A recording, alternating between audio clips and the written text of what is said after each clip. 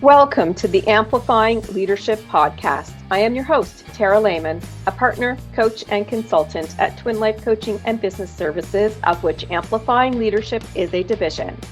This podcast is a place dedicated to amplifying your leadership through our great guest stories, information, advice, and more. To learn more about our leadership division, please visit us anytime at amplifyingleadership.ca.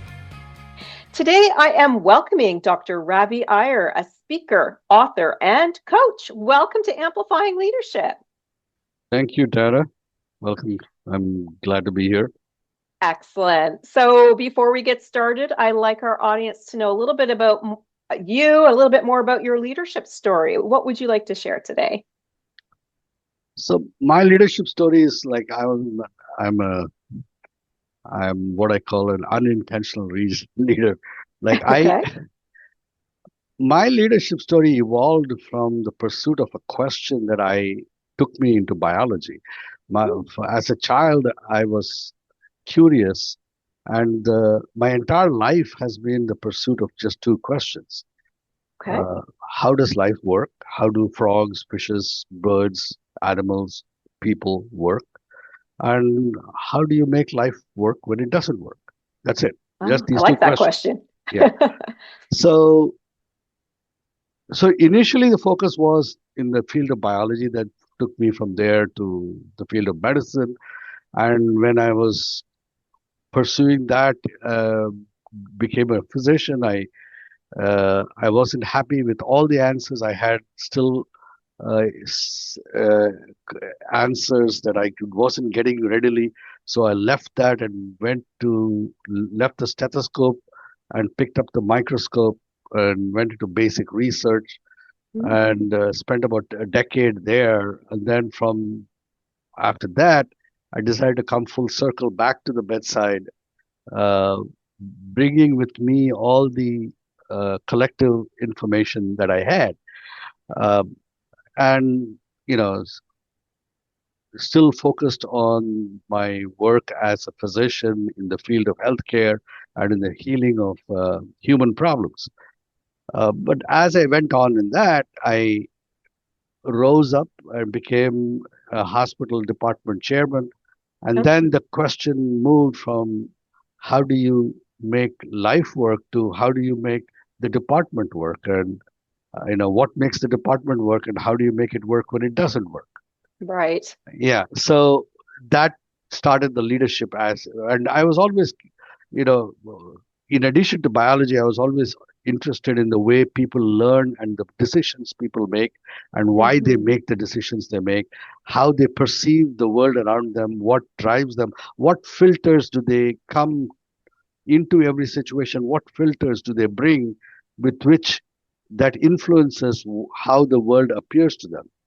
Right. And I started discovering that everyone is seldom perceiving reality the way reality actually is.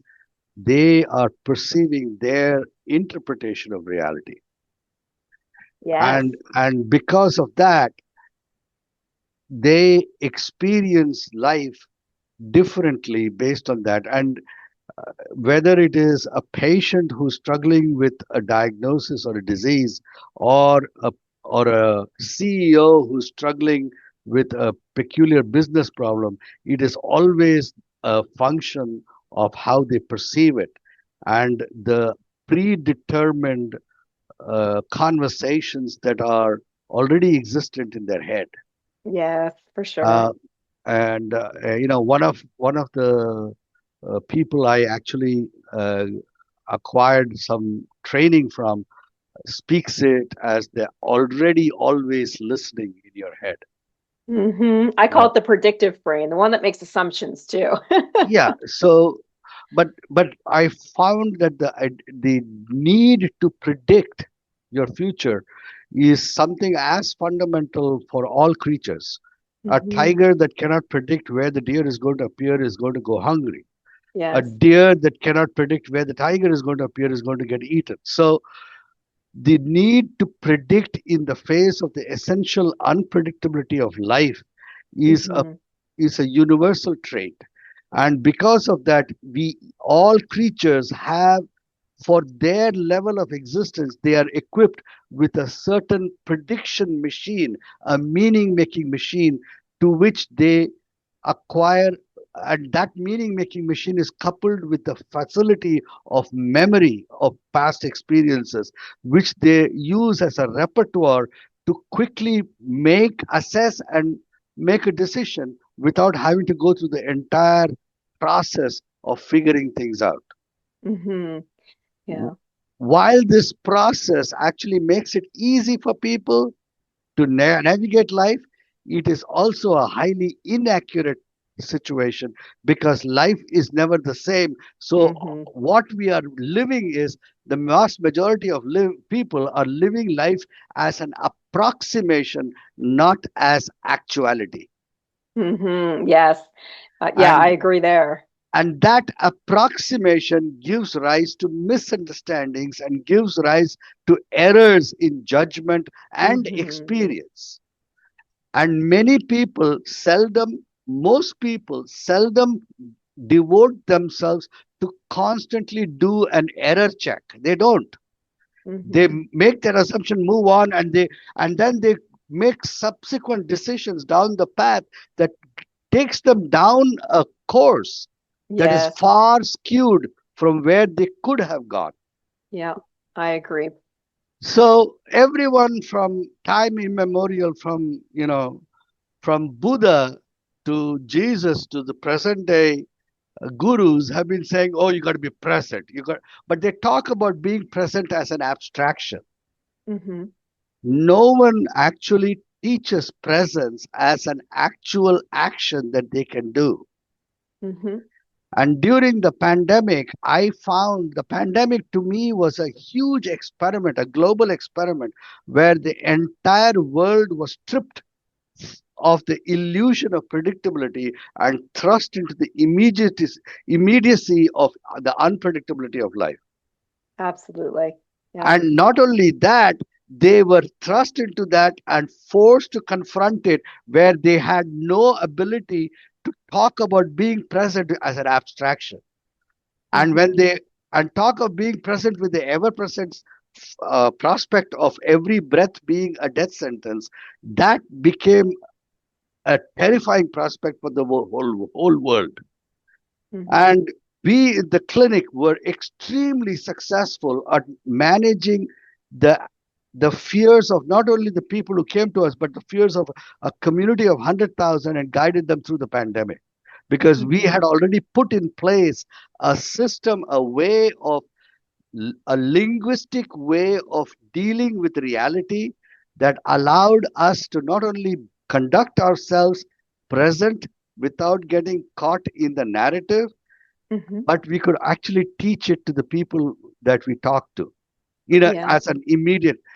So after the pandemic, I felt, you know what, I really need to take this lesson. I've been doing this for 42 years on one. I needed to take it to one to many. So I started Mm-hmm. writing a book. Wrote the book about our course through the pandemic called The Reaper's Dance. So that then took me on to, I started getting, I started coaching people as to how to and I coined a completely new word called neuro alignment and Mm-hmm. cognitive alignment, because I found that a lot of people were using DEI methods, which is more accommodation and things like that. And I said, I'm not interested in accommodating, because everyone has a different cognitive mix, Mm-hmm. and I need alignment rather than accommodation. When you align different people of diverse personalities and diverse um, uh, cultural or historical, ethnic backgrounds, as well as cognitive backgrounds, and you align them, I don't care how a person loves, dresses, or looks like. All Mm-hmm. I care is that everyone in my team work together. Yes. So We want alignment, collaboration. yeah, all I Yeah. want is alignment. I don't care what you do. Your alignment with the mission of my company or my enterprise is what I want. And so we coined a whole framework for that. Mm-hmm. And that became a workshop, a cognitive alignment workshop. And the strong courses, I call it, it's called strategies of neuro aligned groups, and it's Mm-hmm. the strong course. And that's what that brings me to you and today. Yeah. And so, I love that you talk about perceptions because we all do perceive the world differently. We take in so much information every second. We can't possibly be 100% seeing or hearing the same thing all the time. So I want to talk a little bit about, you know, you talk about 2020 and the changes in the world. I want to talk a little bit about VUCA, the volatile, uncertain, complex, and ambiguous world. We have heard about this forever, and we still are feeling it. A lot of people still use the term. We're looking at the uncertainty piece today, but it's still there. Why do you Yeah, think it's still with us? it never left.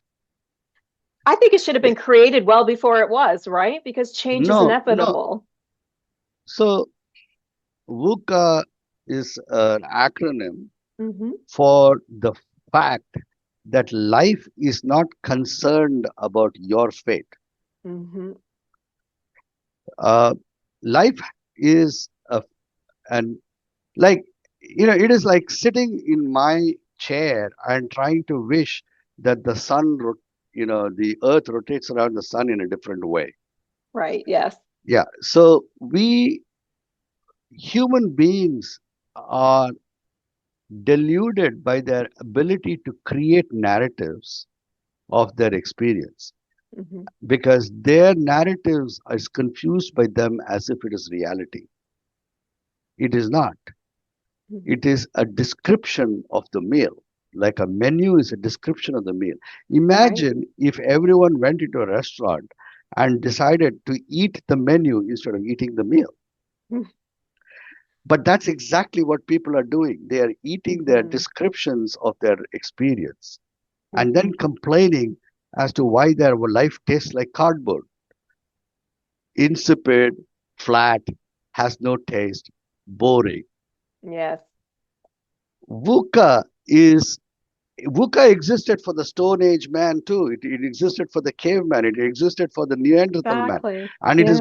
it is going to exist in the 30th century also. Hmm. Because VUCA, yeah, as long as i- the only way you can deal with VUCA is to embrace VUCA as your fate. Yes. So let's talk a little bit about that when it comes to leadership, because we have people out there who are trying to manage teams. That uncertainty is obviously big in the business world right now, and it's a big challenge because there's no certainty about anything. What are there any strategies that leaders can use to help strengthen people's ability to lead or the people in their team around uncertainty? Yes, What do it's you, called okay. it's called being your word. Most people don't Okay. have that idea at all as to how to be their word. For example, today, is there anything like, have you ever been late? I think we've all been late for something at some point. Yes, Yes. All right. When you were late, did you offer a reason? of course. Yes. And I hope most people do, but some don't. But I always did. In my clinic, no one is allowed to ever give a reason. This is a simple thing. You are late, you are late. Hmm. Whether people go around giving reasons because they want to know why you're late. The why of why you're late does not change the effect of being late. Fair enough. Yes. So what we say is, people come to my clinic and they say, I'm late because I was stuck behind the school bus, as if being late because being stuck by a school bus is somehow superior to being late simply because you did not choose to come on time. Right. So I'm not interested. So here's what we do in our clinic. I am late. I acknowledge that I am late. What impact in your life do I have to clean up because I am late? And I give you my word that I won't be late again. Now, there are several things in this. Mm-hmm. People talk about being their word and breaking their word as if it's a moral failing. We interpret reality as if it's morality. Right. I took the morality out of it in my operations. Mm-hmm. Let's stick to the physicality of it. You can deal with physicality. You can't deal with morality. It's what's in our I'm control and what's not, right? if you are late, Yeah. you were Yeah. late because you did not take into account variables that would have made you late. Mm-hmm. Exactly. Yeah. That's all. Yep. I so the other thing is in my clinic, if in my uh, the organizations I run, if somebody makes a mistake, I don't ever ask why they made it. Mm-hmm. Like, I only ask, do you know what you should have done? If you don't know, then let's find out what you should have done. The lesson learned, right? uh, it, Whatever it is, what should you have done? Because it will never be the Mm-hmm. same lesson, because the Mm-hmm. situation will always be different. Even though Yes, the nature of the breakdown may be the same, the situation will be different, so the lessons would have to be learned differently. So of you can't course. apply the lessons across the board. So here's the thing. Do you know what you should have done? If you don't, Mm-hmm. let's find out. Let's Mm-hmm. go on a discovery as to what should have been done. If Mm-hmm. you don't, if you know what you should have been done, then let's clean up and not do it. That's all. Mm-hmm. I'm not into, and the cleanup is, if if one person made a mistake, the whole clinic cleans up. Teamwork. Clean it up. Yes, The like that. the work of fixing is not on the person who made the mistake. It is on everyone. So guess what happens? Nobody makes a mistake because nobody wants to make their partner do their cleanup. Right. Do you find some So mistakes are just going to happen regardless? yeah, Yeah. that's the way life is. Yeah, we're human, right? Yeah. Yeah. So Yeah. mistakes is the cost of living. Mm-hmm. So I'm not interested in the mistake. I'm interested in the cleanup. Yes, cool. Yeah. And I'm interested in the cleanup and in the attention to the issues that caused a mistake. Mm-hmm. And the acceptance that you will make it again.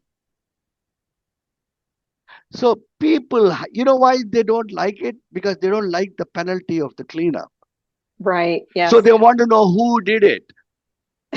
They, The they want finger to know pointing. they want to know who to blame. People talk about integrity as being honest. No, we talk about integrity as being whole and complete. Mm-hmm. When you break your word, you are out of integrity. Yes. I want to ask you something about this because we know uncertainty is fear, and obviously through even the pandemic, everybody was very fearful of a lot of things, but teams get fearful of uncertainty as well. Employees variance, fear of uncertainty. How do we continue to build the trust with them when they have that fear of uncertainty? What is it? What would you say to that question? So there are three things that will make you fearless: integrity, Hmm. being your word, keeping your word, and fixing the upset caused by breaking your word, and recommitting to your word. That is Hmm. integrity. Hmm. Authenticity is when you behave consistent with your word and people see you as behaving consistent with your word, and fixing Hmm. your word when you break it, and cleaning up the upset when you broke it, and then recommitting to your word. So that keeps you authentic. Hmm. Commitment to a goal higher than yourself allows you to ensure that your team works. Hmm. So we had something called the three musketeer policy: all for one, one for all. Okay. Yeah. Hmm. So during the pandemic, our team were interested in the entire life of everyone. So in my clinic or in my hospital, we never say, leave your baggage at the door and come in. No, bring your baggage, I'll carry it for you. So if your child is sick, I cannot expect you to work 100% for me. Mm-hmm. So I will go out and make sure that your child's life is taken care of in some way. Organizations don't do that. They don't Mm-hmm. stand for that. You want a high performance organization, you got to be responsible for the whole life of every one of your employees in and out. Because guess what? When they are working, it is not that as if your job is a part of their life. Their entire life has to work. Mm-hmm. For them to be whole and complete requires all of it to work. And we make sure that all of our employees' life works all the time. Mm-hmm. Now, you build an organization like that, you tell me if you won't be a champion. Yes. I mean, if we think about it, we work at these organizations 8 hours plus a day. Of course, life is coming into the door. It won't not come So into guess the what they door, do? right? So guess what they do? They lie. Mm-hmm. They say that they left it at the door when they carry it with them into the clinic. Mm-hmm. The first thing that we remove is that lie, because that lie corrupts your behavior. Mm-hmm. For It sure. corrupts your presence. You cannot be present if you lie. Yes, agreed. So when you go around saying I'm honest, no, you're not. You lied. Mm-hmm. And people don't talk to each other like that.